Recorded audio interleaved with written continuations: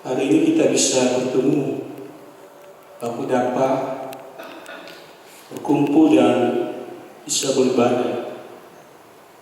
Mengapa saya mengatakan demikian? Karena ini merupakan suatu anugerah Tuhan bahwa di tengah kesibukan kita masing-masing ada aktivitas kita, ada perkumpulan. Tuhan memberikan kesempatan ini bagi kita. Tidak hanya sampai di situ, tapi saya melihat bahwa di balik itu ada berbagai pemahaman yang muncul di antara kita. Tapi juga kemudian ada pertimbangan, saya mau datang atau tidak, dan sebagainya. Sehingga kalau kita bisa berkumpul seperti ini karena anugerah Tuhan. Karena Tuhan menghendaki kita ada di sini, maka kita ada di sini. Amin. Kita tidak mungkin ada di sini kalau Tuhan tidak menghendaki kita ada di sini. Itu artinya ini merupakan satu tanda bahwa suara hati kita yang dibentuk di I3 masih peka, bahwa kita rindu, kangen, bertemu, bersekutu bersama dalam satu persaudaraan yang rukun, karena kita adalah saudara yang lahir dari satu kandungan yang disebut Institut Injil Indonesia Badumang. Dalam pertemuan-pertemuan IKA Jabodetabek, kami telah mendiskusikan keberadaan alumni 3 ini.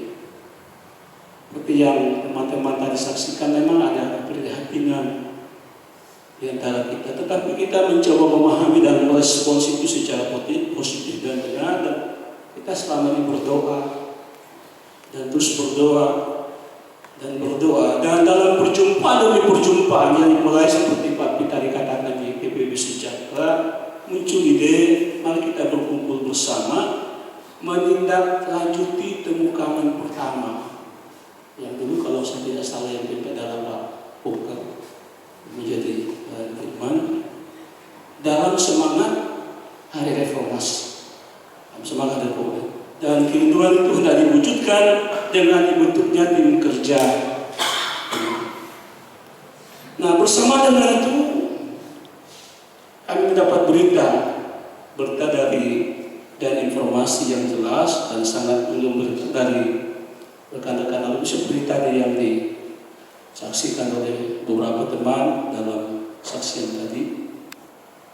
Saksian yang memberitakan bahwa pada hari wisuda mahasiswa 3 yang lalu, alumni diserahkan kepada 3 pimpinan kelompok alumni bersama dengan rencana, dan telah terjadi kesepakatan untuk menuju satu kesatuan.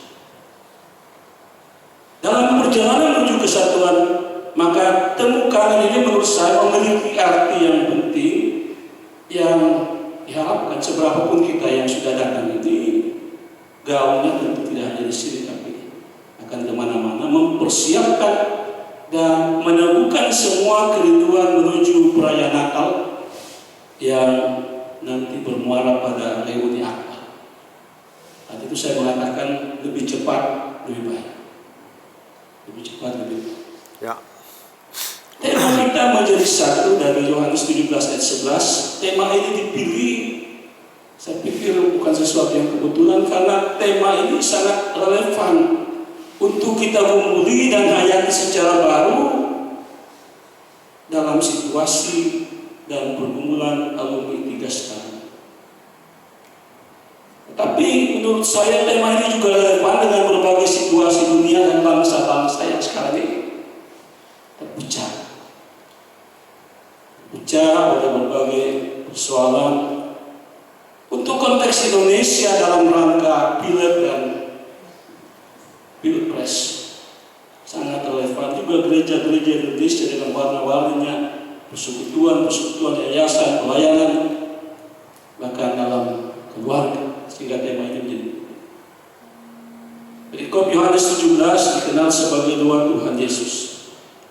Ini bukan doa seorang manusia, bukan doa seorang nabi, bukan doa seorang imam atau raja, bukan doa seorang pelayan Tuhan, bukan doa seorang penginjil atau pendeta, bukan doa seorang ketua sinode pimpinan gereja, tapi doa Tuhan kita, Yesus Kristus.